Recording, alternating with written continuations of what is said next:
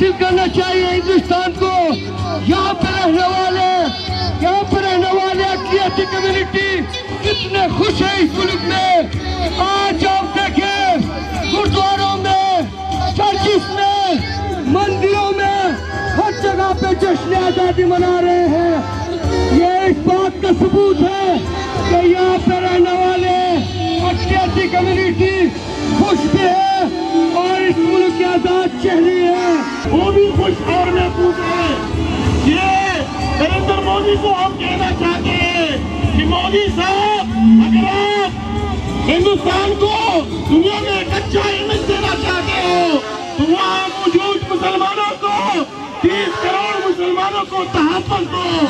वहाँ मौजूद 20 करोड़ के इस्लामाशिकों को तहफ़्फ़ुज़ दो। वहाँ मौजूद ईसाइयों को तहफ़्फ़ुज़ दो। ये मुल्क महफूज मुल्क है। इस मुल्क के अंदर